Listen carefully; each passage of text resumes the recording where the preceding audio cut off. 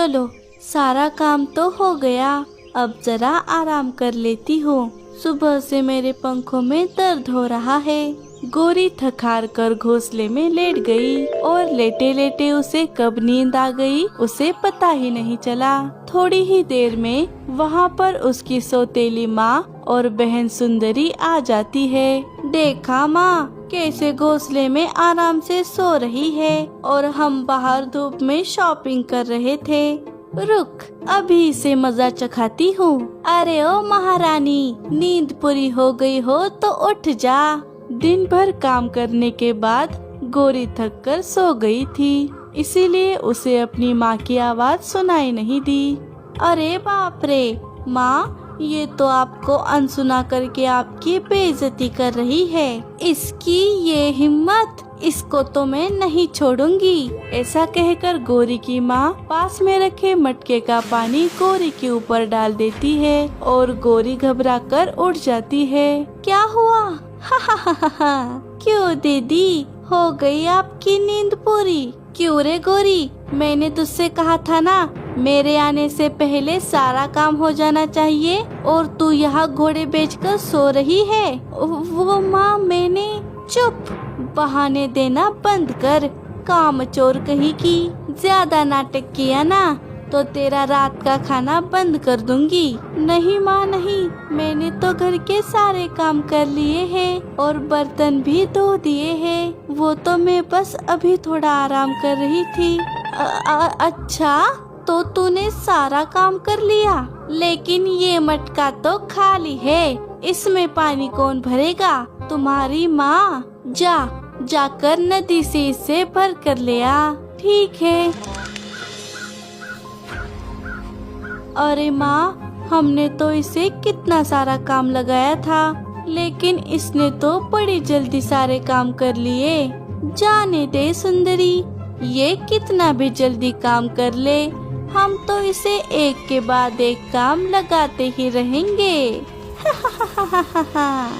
ऐसे ही गोरी की सौतेली माँ और बहन उसे परेशान करने का एक मौका भी नहीं छोड़ती थी।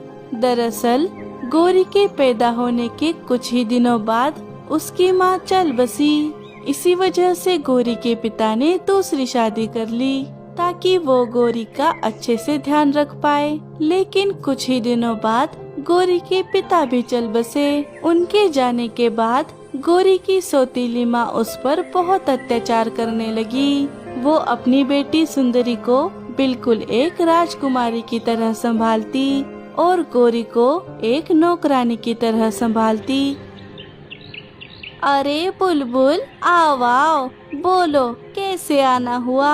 अरे वो मेरे बेटे की शादी है तो उसी का न्योता देने आई थी, तुम अपने परिवार के साथ आ जाना।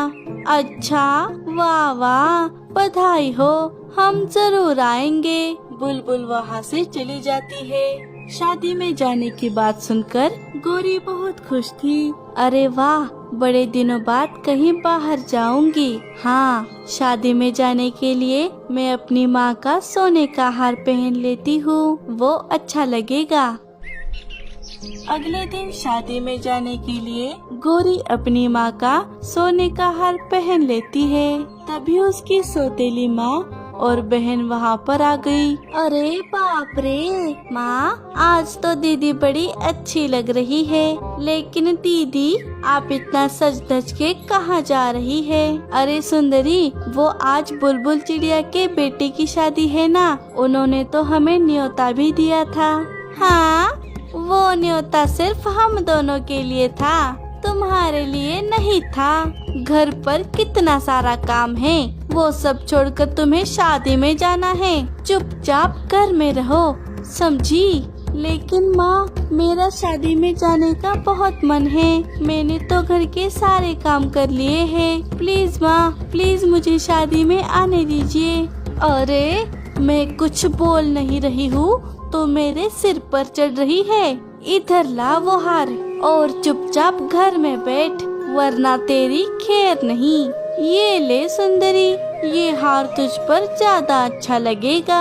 दोनों माँ बेटी सज धज कर शादी में चली गई। बेचारी गौरी को बहुत बुरा लग रहा था। ऐसे ही दिन बीतने लगे। एक दिन गौरी नदी पर अपने मटके में पानी भर रही थी। तभी वहाँ पर एक दूसरे जंगल का कौवा, जिसका नाम लल्लू कौवा था, वो गौरी को देख लेता है और उसे देखते ही उसके प्यार में पड़ जाता है। अरे ये सुंदर कौवी कौन है? अब मैं शादी करूँगा तो सिर्फ इसी से। कल ही बुआ जी के साथ जाकर शादी की बात पक्की कर लेता हूँ। कितने दिन कुंवारा रहूँगा। अगले ही दिन लल्लू कौवा बुआ जी को लेकर गौरी के घर पहुँच गया। हाँ बहन जी, जब से उसने आपके बेटी को देखा है तब से सपने में खोया है। अच्छा, मेरी बेटी तो है ही इतनी सुंदर, लेकिन अभी तक मैंने अपनी बेटी की शादी के बारे में सोचा नहीं है। अरे तो क्या हुआ, अब सोच लीजिए। आप हमारे लल्लू को ऐसा वैसा मत समझिए। उसकी राजा जी के महल में नौकरी है, ढेर सारी तनख्वाह मिलती है उसे, और लल्लू के पास उसका खुद का एक बढ़िया सा घोंसला भी है। वो आपकी बेटी को रानी बनाकर रखेगा। अच्छा, अरे वाह सुंदरी, ये कौवा तो बड़ा अमीर लग रहा है, और तो और ये खुद चलकर हमारे पास आया है। हमें इस मौके को नहीं गंवाना चाहिए। हाँ माँ, और दिखने में भी बड़ा हैंडसम है। मुझे ये रिश्ता मंजूर है। सुंदरी और उसकी माँ ये सोच रही थी कि लल्लू सुंदरी से शादी करना चाहता है। ठीक है, फिर हमें ये रिश्ता मंजूर है। अरे वाह वाह, बधाई हो लल्लू।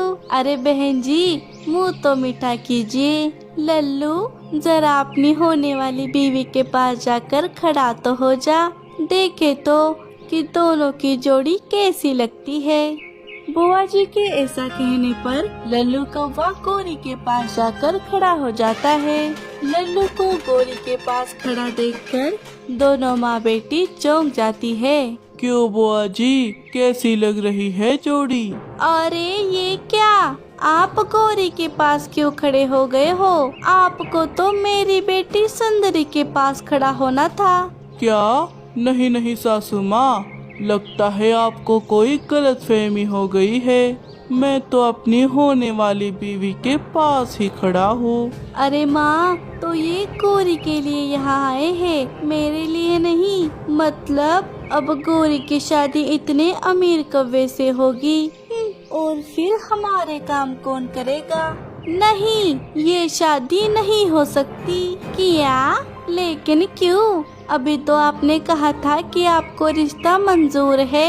हाँ, लेकिन अब मैं ही कह रही हूँ कि हमें ये रिश्ता मंजूर नहीं है। अरे ओ सासू माँ, मुझे पता है गौरी आपकी सौतेली बेटी है, इसीलिए आप ऐसा बोल रही है। और मैं ये भी जानता हूँ कि आप दोनों मिलकर उस पर कितना अत्याचार करती है। अगर आपने चुपचाप गौरी की शादी मुझसे नहीं करवाई, फिर मैं राजा जी को बता दूंगा कि आप अपनी बेटी पर कितना अत्याचार करती है। फिर आपकी क्या हालत होगी, सोच लीजिए। क्या? अरे माँ, फिर तो राजा जी आपको जेल में डाल देंगे। फिर मेरी शादी कौन कराएगा? चुप कर सुंदरी। सुनो लल्लू बेटा, मैंने ऐसा कब कहा कि तुम्हारी और गौरी की शादी नहीं हो सकती? मैं तो बस ये कह रही हूँ कि गौरी के लिए तो अच्छा दूल्हा मिल गया। अब सुंदरी के लिए भी एक अच्छा सा कौवा देखकर दोनों की शादी एक साथ करवा देंगे। मैं अपनी दोनों बेटियों की शादी एक ही मंडप में करवाना चाहती हूँ। ठीक है, लेकिन याद रखिए, अगर आज से आपने गौरी को परेशान किया तो आपकी खैर नहीं। चलिए बुआ जी, हमें चलना चाहिए, शादी की तैयारियां भी तो करनी है। लल्लू और बुआ जी वहाँ से चले जाते हैं, लेकिन सुंदरी और उसकी माँ गुस्से से लाल हो गई। क्यों रे गौरी, हम दोनों का नाम बदनाम करके तेरे कलेजे को ठंडक पड़ गई। और कितने पंछियों को बता रखा है कि हम तुझ पर जुलूम करते हैं। अरे देखो तो इसके चेहरे की खुशी तो देखो।